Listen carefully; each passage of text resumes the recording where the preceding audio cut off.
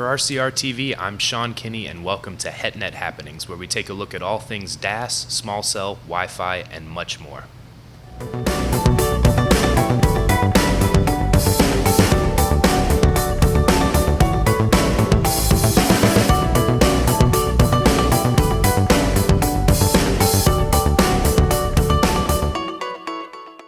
CommScope, thinking beyond today's technology to help you make the best decision for your network and your business.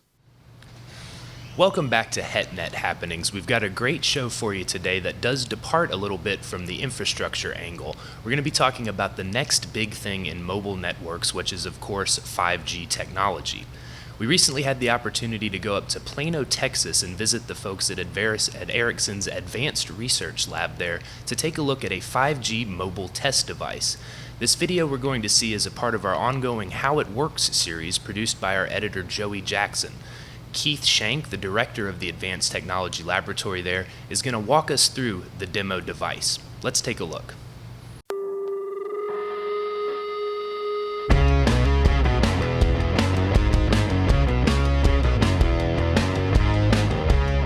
Hi, my name is Keith Shank. I'm with Ericsson, and I am the director of the Advanced Technology Lab.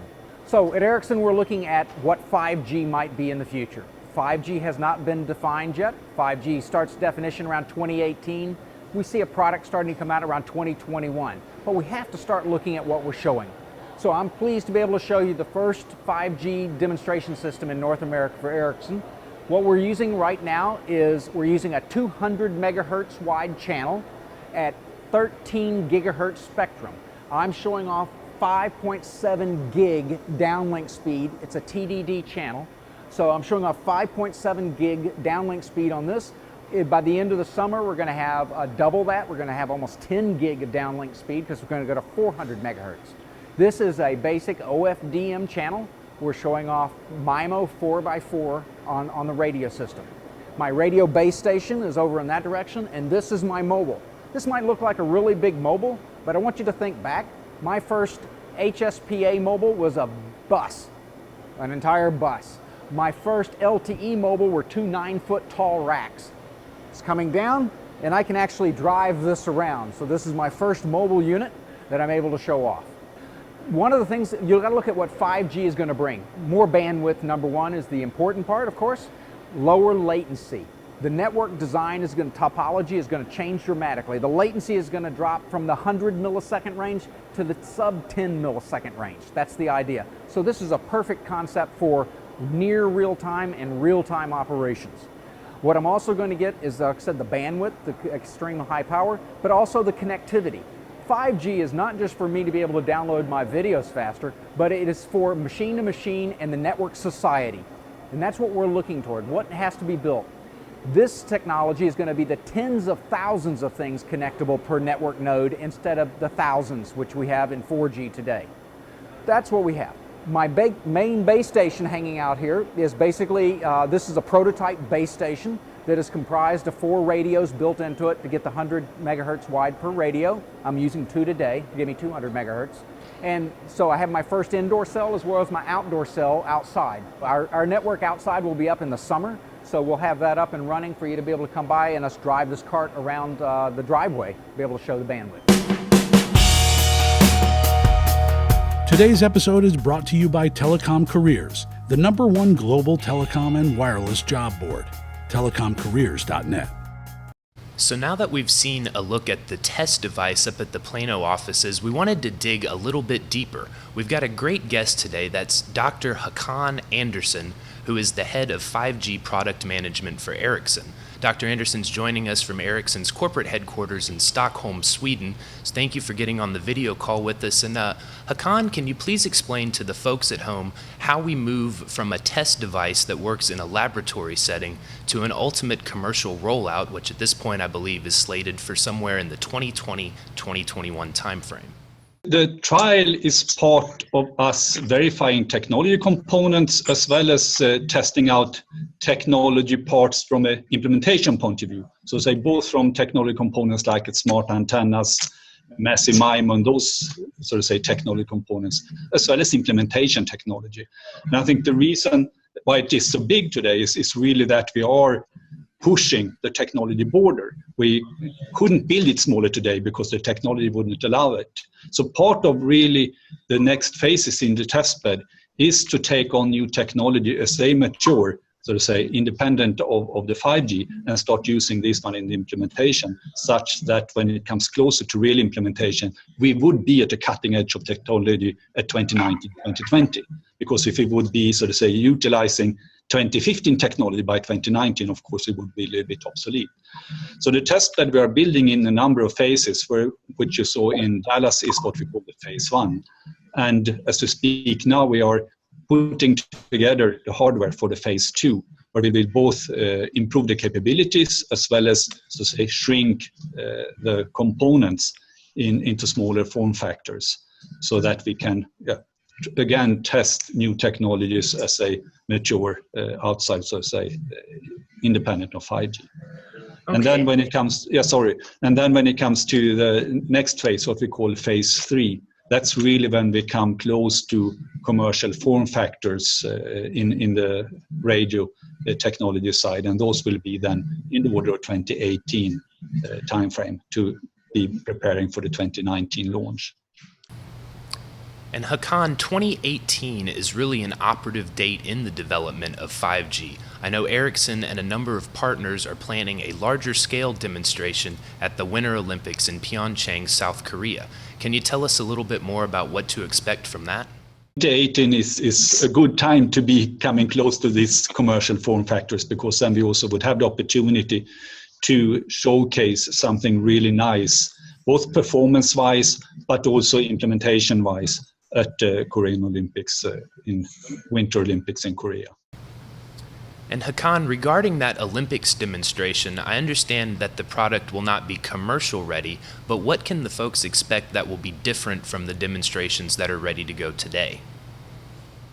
It will not be a commercial product, of course, since the standard, if you're looking at the timeline for the standardization, the community of operators represented in NGNM has requested a 5G standard to be ready by end of 2018. So the standard will not be fully standardized by early 2018. So it will be a pre-commercial solution, but I would say with commercial type of form factors, fairly close what a commercial product would look like, at least from the base station side where Ericsson is represented.